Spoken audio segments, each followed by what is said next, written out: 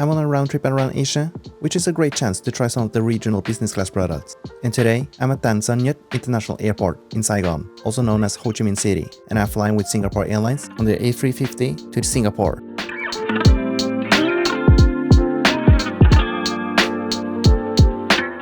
The Singapore Airlines check-in was located at Counter E.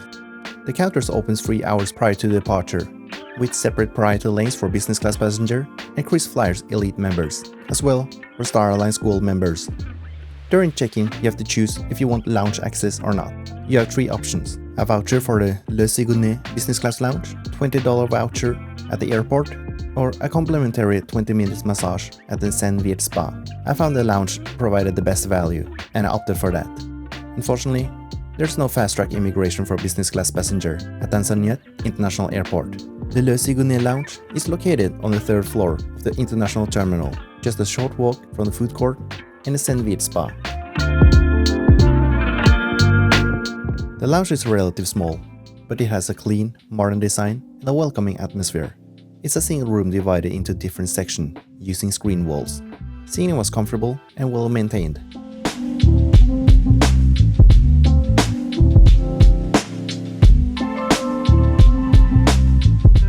And a large panoramic window offered great views of the tarmac.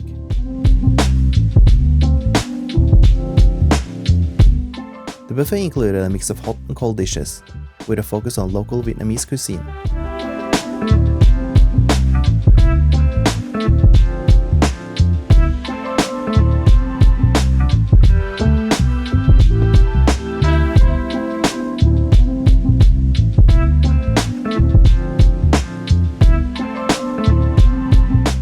After spending some time in the lounge, I went to gate 27 on the lower level of the terminal to start the boarding process. The boarding process was smooth, starting with Group 1 for business class passengers.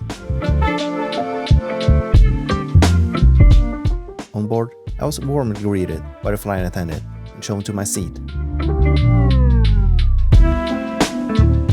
Singapore Airlines operates 3 versions of the A350-900, an ultra-long-haul version without economy class, a regional version for medium-haul routes with a new business class product, and a long-haul version I'm flying today. For a 2-hour flight, it's hard to find a better seat than this. Business class is arranged in a 1-to-1 layout and spread across 2 separate cabins. The first cabin has 26 seats, the second has 16 seats, all with direct aisle access. If you're traveling solo, the window seats are ideal. And if you're traveling someone, the middle seats are a better choice.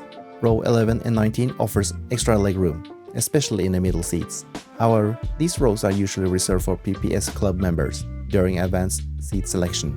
You may stay able to choose them when online check-ins opens. For today's flight, my seat was 12 kilo. Alright, let's check out the seat. Singapore Airlines used Jamco design custom-made business class seats on their A350-900 long-haul aircraft.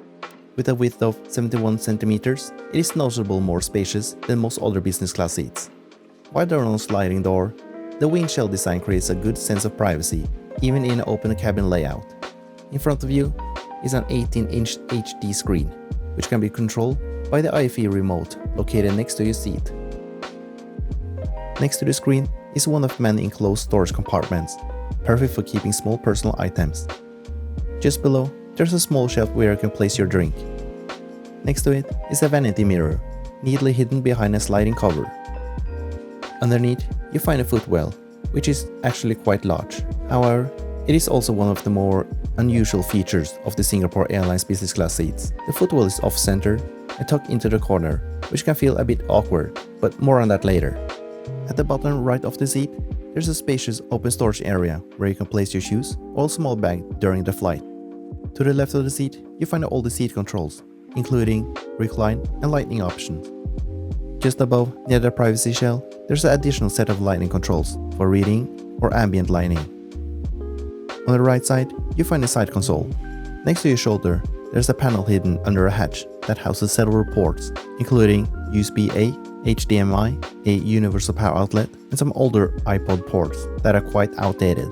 There is also a small storage slot, just the right size for the onboard menu or a few personal items. Above that, you find additional reading light and the headphone jack. There's another small storage compartment inside the long armrest, which pops open to reveal a bottle of water and a pair of headphones. The WIFI remote controller is located just next to it. The tray table is quite large and sturdy, but it can be tricky to raise or lower.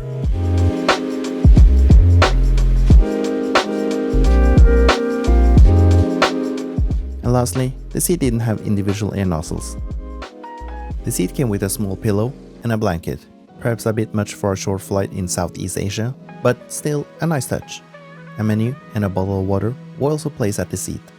As I settled in, the flight attendant came by and offered pre-departure drinks, with a choice of water, orange juice, or champagne. While I was enjoying my champagne, a dedicated flight attendant came by to introduce herself and then took my meal orders. She then returned shortly with the hot towel service.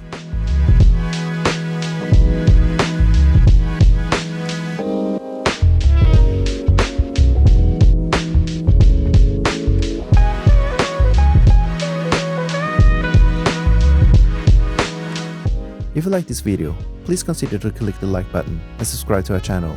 Your support helps the channel grow so we can create even more videos. Thanks for your support. Meal service began after reaching cruising altitude. Here are the options for today's flight.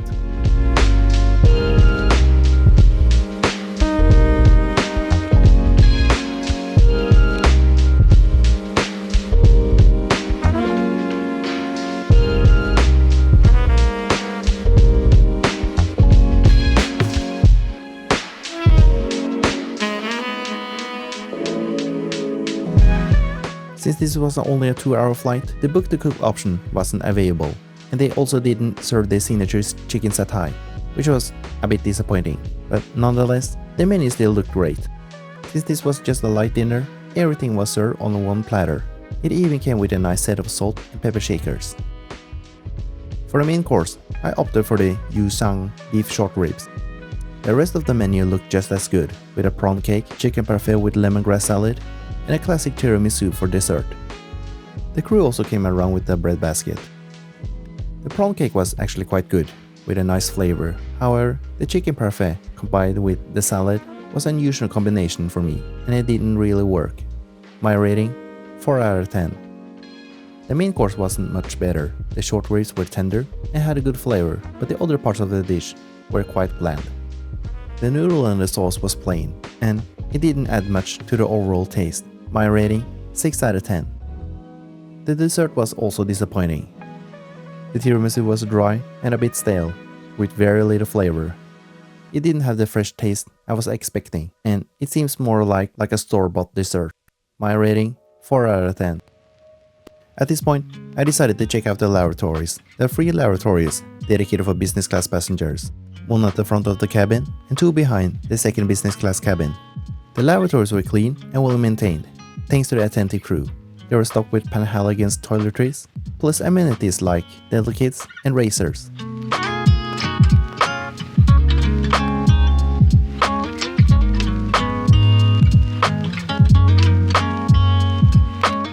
Singapore Airlines A350-900 business class features a rather unique seat design.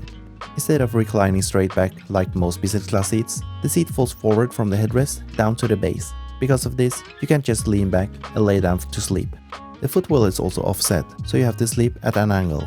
Since this was a short flight, I didn't test the full bed mode and only reclined the seat.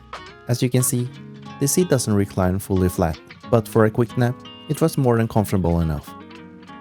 Amenity kits are only offered on flights of 6 hours or longer. However, some items can be requested individually, as noted in the menu. Dental kits and razor were also stocked in the lavatories. The WIFI system features an 18-inch high-definition screen. It's not a touchscreen, so you have to use the remote controller to navigate. The movie and TV selection was quite decent, especially for a 2-hour flight. The headphones were better than I expected, comfortable, with a decent active noise cancellation, especially for an airline branded pair. Singapore Airlines offer unlimited free Wi-Fi on multiple devices for passengers in premium cabins and PPS members. I found the Wi-Fi to be very reliable throughout the flight, with speed good enough for browsing. For such a short flight, this was an amazing experience. The seat was well designed, offering both comfort and storage options. The cabin was spotless and beautiful style in Singapore classic colors and design. Food and drink were a bit disappointing, and this is the first time I was let down by Singapore Airlines food. But I guess it's hard to expect a luxury meal on a 2-hour flight. But I'm used to intra-European business class, so I can't really complain here. Service, as always, was excellent. My flight attendant was attentive and even called by my last name. At the end of the meal service, she had to handle a demanding passenger, and watching her manage the situation made me respect the crew even more. Even though it was only a 2-hour flight, I would definitely recommend flying Singapore Airlines on a short-haul route. The experience is even better when flying from Singapore, where you can enjoy the Silver Crisp Business Class Lounge. I'll be sharing that lounge experience in a few upcoming videos, so stay tuned. We hope you enjoy watching our video and sharing our flight with Singapore Airlines Business Class on their A350-900. Consider to like and subscribe to our channel, and we look forward to bringing more amazing content in the future. Until then, take care and see you next time.